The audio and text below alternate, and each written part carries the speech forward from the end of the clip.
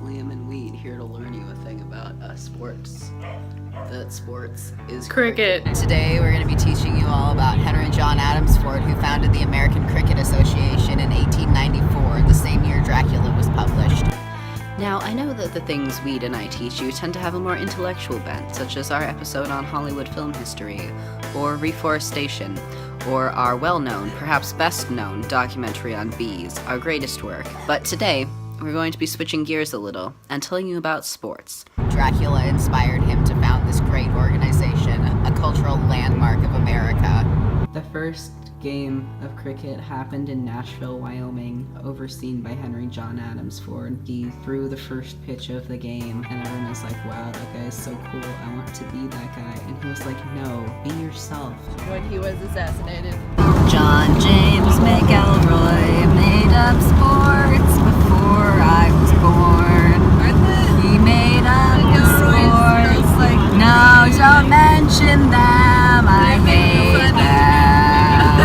Cricket is considered the sport of the gods in many cultures because the god Apollo was super gay, and cricket is super gay. What do you think they do with those sticks? Wow, he didn't have any in his first, but in his second lifetime, he had about 25. He had a wife, 9 husbands. He was a player. The one wife had 25 children. Oh my gosh, she's gonna pick me how many 6 kids. That's crazy. Ew. As I have just recalled just now. Henry Ford John Adams first met his lover Mark Hamill at a David Bowie concert. They fell deeply in love at the David Bowie concert. And they went back to his hotel and fucked. This is where sports was born. Take that, communists.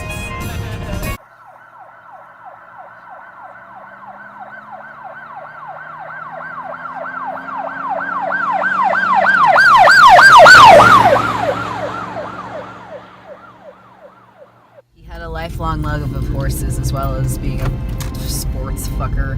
He had a horse farm out in Tennessee, and he'd go out there and he'd say, outside of a horse, a book is man's best friend. Inside of a horse, it's too dark to read. People would go there and they'd say, Henry Ford John, what the fuck is this, man? And he'd be like, I just really like horses, dude. Although never mentioned in his autobiography, boy, I sure do play cricket. He was a furry. That sounds like you made it up. Hey! Damn you. He also, embezzled money from orphanages. Oh no, orphanages. Who was he spending it on? Horses. Though it happened before the invention of modern pollution, Henry John Ford Adams' original soccer games produced enough carbon CO2 coal gas emissions that there are still layers of them visible in the Arctic ice caps.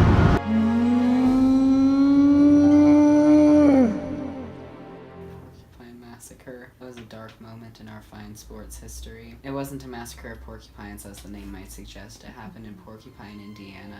The whole team of the fuckers were there for a sports holiday after a good sports game happened to them. They just beat the shit out of each other, man. They used to play soccer next to their gods.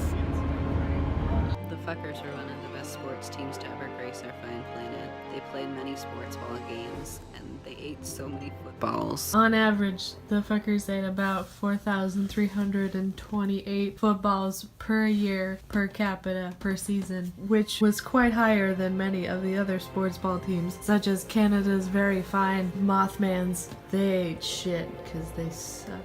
There were several footballs consumed that were quite controversial, like the first football given to Mark Hamill after his 4th birthday by his father, who died later in an accident, which was consumed by John Kramer, who was the forward player of the national hockey team, and he ate it, and it really sucked because Mark Hamill was like, dude, my dad gave me that, and now my dad is dead.